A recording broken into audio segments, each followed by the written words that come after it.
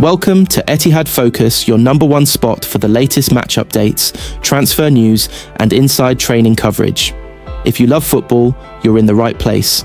Make sure to like, share, and subscribe so you never miss any breaking updates. Let's get started. January transfers: Oscar Bobb and Calvin Phillips. Manchester City questions answered. Your Manchester City questions answered as our chief City writer Simon Bajkowski delves into the latest on the January window and beyond.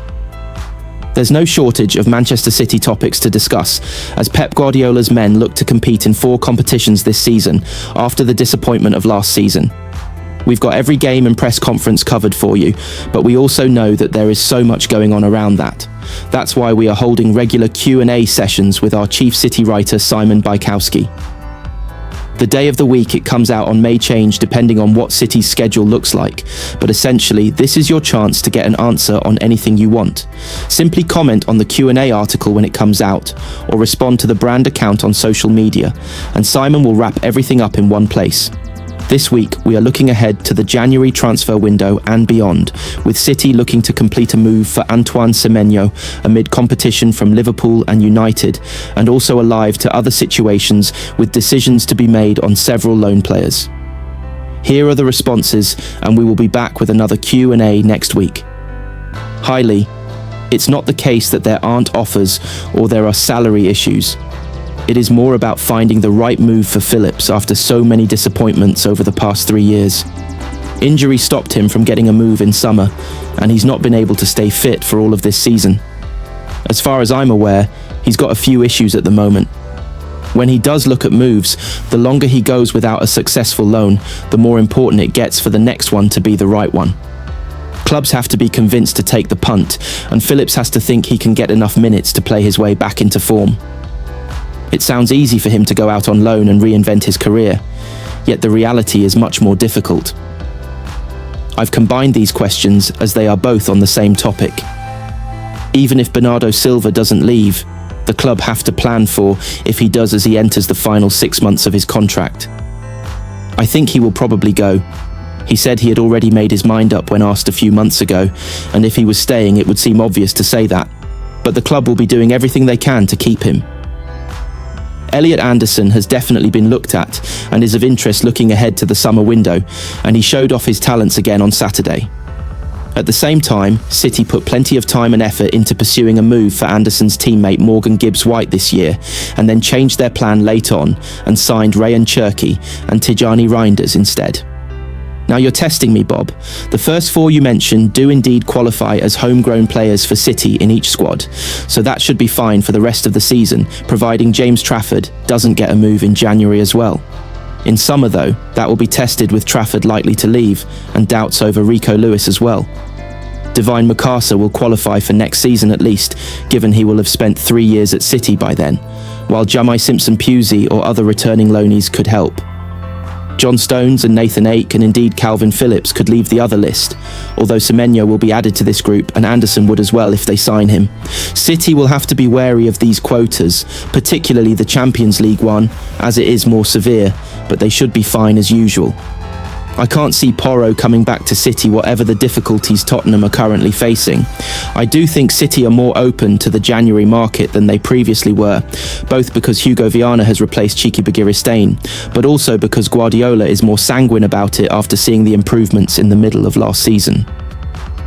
Right back is the next obvious position to strengthen, but sometimes the obvious pick isn't the right one.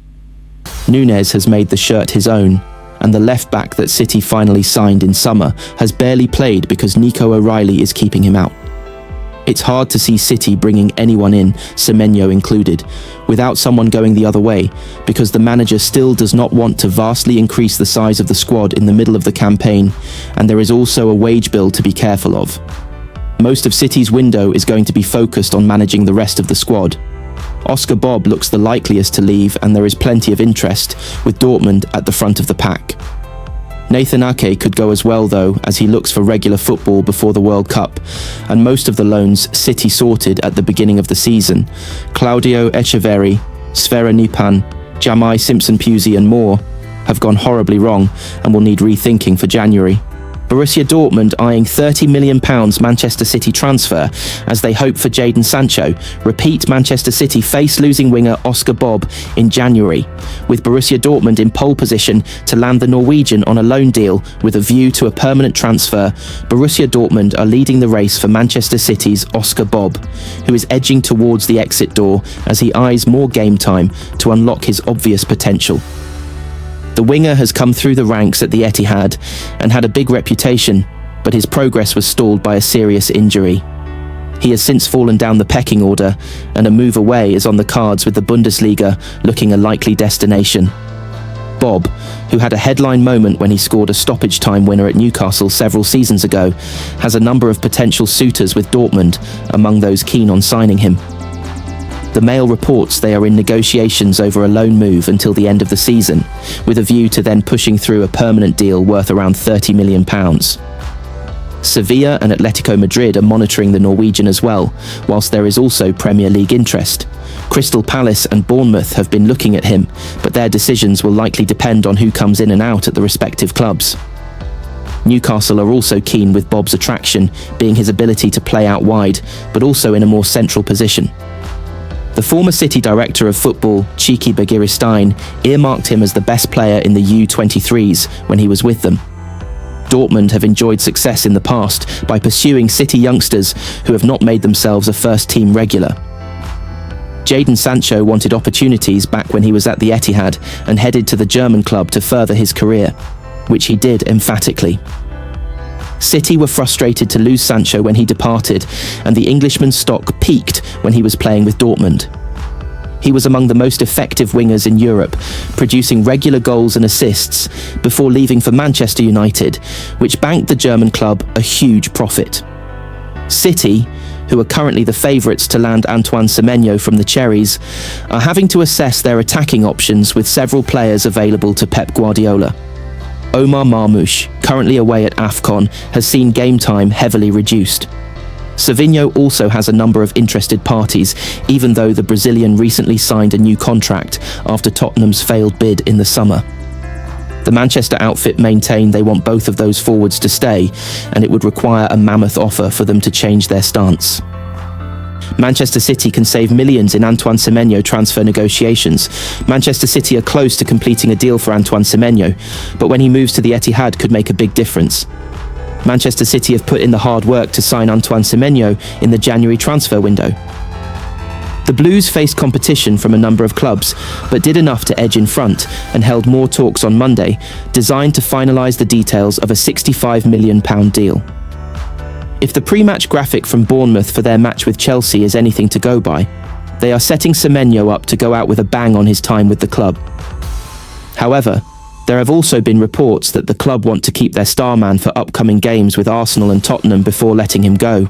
That would suit Bournemouth, obviously, but not City.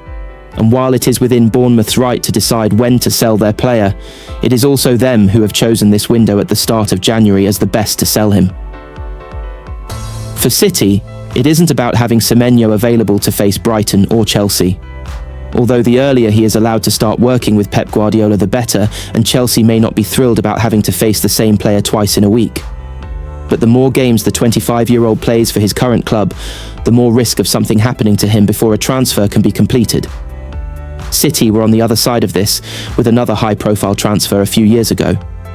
Bayern were publicly rebuked by their former manager Guardiola for the way they went about signing Leroy Sane, talking up a deal in the media without actually contacting City to sort it out.